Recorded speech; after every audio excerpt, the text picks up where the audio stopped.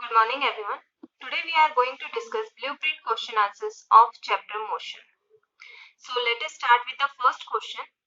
An object has moved through a distance. Can it have zero displacement? If yes, support your answer with an example. कोई object है, उसने क्या किया है, कोई पर्टिकुलर डिस्टेंस मूव किया है, ए से लेकर बी तक गया है. क्या इसका डिस्प्लेसमेंट जीरो हो सकता है? यस. अगर ये ऑब्जेक्ट वापस अपनी इनिशियल पोजीशन पे आ जाता है तो यहाँ पर क्या हो गया, डिस्प्लेसमेंट इसका जीरो हो गया. ठीक है, इसके लिए आप कोई भी एग्जांपल ले सकते हैं. एक स्ट्रेट लाइन का एग्जांपल ले सकते हैं, एक सर्कल का एग्जांपल ले सकते हैं, एक स्क्वायर का एग्जांपल ले सकते हैं. बट कंडीशन क्या है कि जहां से ऑब्जेक्ट ने चलना शुरू किया है उसको लास्ट में वहीं पर पहुंचना होगा. ठीक है, ताकि शॉर्टेस्ट पाथ जो ट्रेवल्ड होगा वो क्या होगा, जीरो होगा. In that case displacement is zero. आपके क्वेश्चन में एक एग्जांपल दिया गया है related to your school life कि आप घर से स्कूल जाते हैं, स्कूल से फिर वापस घर आते हैं, तो उस केस में डिस्प्लेसमेंट क्या हो गया, जीरो हो गया. Next question is, a farmer moves along the boundary of a square field of side 10 meter in 40 seconds. एक स्क्वायर है आपके पास, स्क्वायर की सारी साइड्स इक्वल होती है, इसलिए 10 मीटर अगर एक साइड दी है तो सारी साइड 10 मीटर होंगी. इसका नाम हम लिख लेते हैं ए बी सी डी. ठीक है, फार्मर ने ए से मूव करना शुरू किया और 40 सेकंड में वो ये 4 साइड्स घूम रहा है. तो अगर हम एवरेज निकालें तो वो 10 सेकंड में एक साइड घूम रहा है. ठीक है, time is given 40 second. 40 second में वो कितना कवर कर रहा है, 1 राउंड. ठीक है, what will be the magnitude of displacement of the farmer. Means farmer का हमने डिस्प्लेसमेंट निकालना है at the end of 2 minute 20 second. At the end of 2 minute 20 second. तो टोटल कितनी सेकंड हो गई, एक मिनट में कितनी होती है 60. तो 2 मिनट में कितनी हो गई 120 प्लस 20 यहाँ पर है 140 सेकंड. अब इसको ना जनरली देखिए, 40 सेकंड में एक राउंड कंप्लीट, फिर अगेन 40 सेकंड में एक राउंड कंप्लीट, मींस 80 सेकंड में 2 राउंड कंप्लीट. नेक्स्ट 40 सेकंड में एक राउंड कंप्लीट, मींस 120 सेकंड में 3 राउंड कंप्लीट.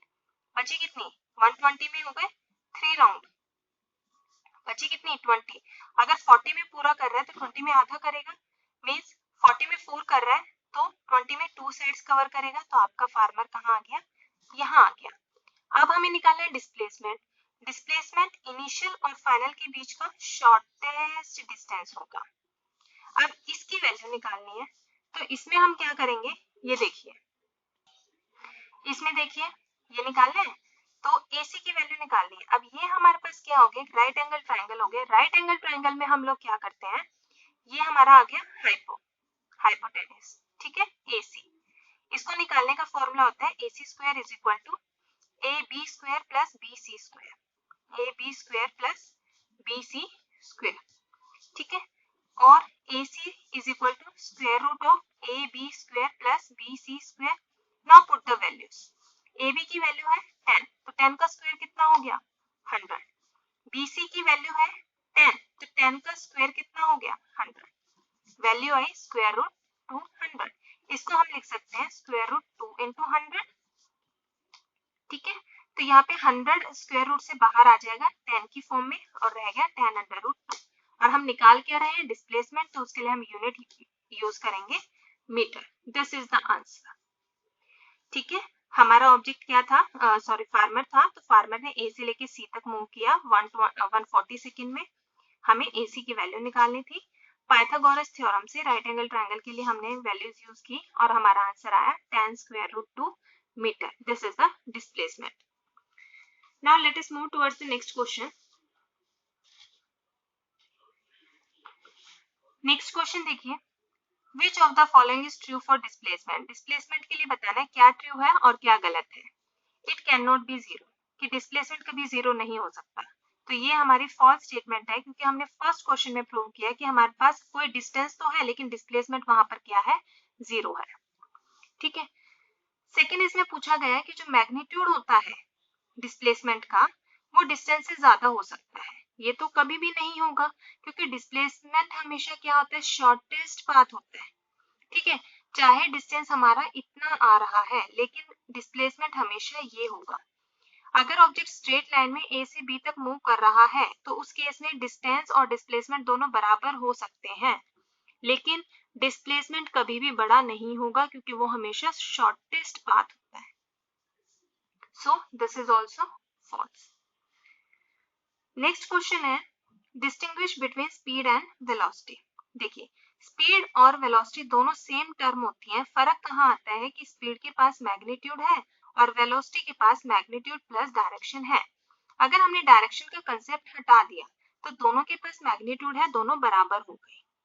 ठीक है, अब डायरेक्शन का कंसेप्ट हटाने के लिए हम एग्जांपल ले सकते हैं कि हमारा जो ऑब्जेक्ट है वो एक स्ट्रेट लाइन में मूव कर रहा है। जब चैप्टर की एक्सप्लेनेशन हो थी तब बार बार ये बात बताई गई थी कि अगर वेलोसिटी में आप डायरेक्शन का कंसेप्ट नहीं लगाते हैं तो वो स्पीड के इक्वल होती है।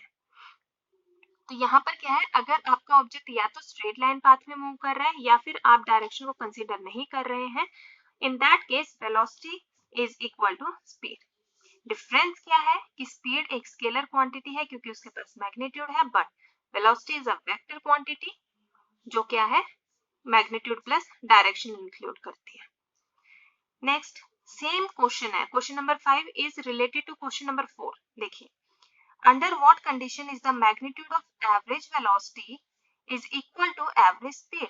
वेलोसिटी स्पीड के इक्वल कब होगी? ऑब्वियसली जब आपका ऑब्जेक्ट या तो स्ट्रेट लाइन में मूव कर रहा होगा जहां पर इसके पास खाली मैग्नीट्यूड होगा, डायरेक्शन का कंसेप्ट नहीं होगा, only then the average velocity of an object is equal to its average speed. Now move towards question number 6. What does the odometer of an automobile measure?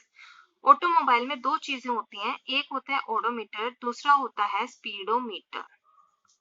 Speedometer आपके vehicle की speed को major करता है और odometer आपके vehicle ने कितना distance travel किया वो मेजर करता है। Next question, what does the path of an object look when it is in uniform motion? Uniform motion का मीन्स क्या हुआ? यूनिफॉर्म मोशन का पाथ कैसा हो सकता है? देखिए यूनिफॉर्म मोशन हम किसी भी चीज को तब कंसीडर करते हैं जब हमारी स्पीड क्या होती है, कांस्टेंट होती है। ठीक है, तो हम कहते हैं हमारा ऑब्जेक्ट क्या कर रहा है, यूनिफॉर्मली चलता जा रहा है, उसमें कहीं पर भी डायरेक्शन का कंसेप्ट नहीं आ रहा है। ठीक है, अभी तो फिलहाल तो मीन्स हम क्या मानकर चल रहे हैं कि खाली स्पीड हमारी कांस्टेंट है। We are not talking about velocity, we are not talking about acceleration, it is a just concept of uniform motion. Uniform motion में सिर्फ एक चीज कंसीडर करके चलते हैं, स्पीड। अगर हमारी स्पीड कांस्टेंट है तो ऑब्जेक्ट यूनिफॉर्म मोशन में है, means speed is what, distance upon time. अगर इक्वल टाइम में इक्वल डिस्टेंस कवर कर रहा है तो हम कहते हैं मोशन कैसा है, यूनिफॉर्म है। ठीक है, तो पाथ हमारा इस पे डिपेंड नहीं करता क्योंकि स्पीड में हमारे डायरेक्शन का कोई कंसेप्ट नहीं है। तो पाथ ये भी हो सकता है, पाथ स्ट्रेट लाइन हो सकती है, पाथ ये लाइन हो सकती है, पाथ सर्कल में हो सकता है, कैसे भी, जब तक डायरेक्शन का कंसेप्ट नहीं आ रहा है, जब तक सिर्फ मोशन का कंसेप्ट है जो कि स्पीड के ऊपर डिपेंड करती है, तब तक यूनिफॉर्म मोशन का कोई भी पाथ हो सकता है। सो आंसर देख लेते हैं। In uniform motion, the path of an object can be a straight line, curved line, zigzag line, even a circle. कोई भी शेप हो सकती है because uniform motion, in uniform motion speed is constant, the direction of motion may change, क्योंकि speed में हम direction include नहीं कर रहे हैं। Next question, this is a numerical, बहुत easy numerical है। During an experiment, a signal from spaceship reached the ground station in 5 minutes. Spaceship है कोई ऊपर, यहाँ पर अर्थ है, ग्राउंड स्टेशन, यहाँ पे आने में उसको 5 मिनट लग गए। What was the distance of spaceship from the ground station? ये स्पेसशिप है, स्पेसशिप, ये ग्राउंड है, यहाँ से लेकर यहाँ तक कोई सिग्नल आ रहा है, उसको 5 मिनट लग रहे हैं। तो यहाँ से यहाँ तक का डिस्टेंस s कितना होगा? ठीक है, जो सिग्नल की स्पीड है वो स्पीड ऑफ लाइट है। स्पीड ऑफ लाइट कितनी होती है? 3 × 10⁸। अब इसको समझते हैं। ये देखिए, ये आपके पास क्या है, स्पेस शिप है, ये आपके पास ग्राउंड है, यहाँ से कोई सिग्नल भेजा गया है, यहाँ पर टाइम उसने लिया 5 मिनट। तो सबसे पहले तो हम इसको सेकेंड में कन्वर्ट करेंगे, 300 सेकेंड। यहाँ से लेकर यहाँ तक का डिस्टेंस हमें निकालना है। स्पीड कितनी है हमारे पास? 3 × 10⁸ मीटर पर सेकेंड। आप सब लोगों को बहुत अच्छे से पता है स्पीड का formula is equal to distance upon time, अभी अभी पढ़ा था ऊपर।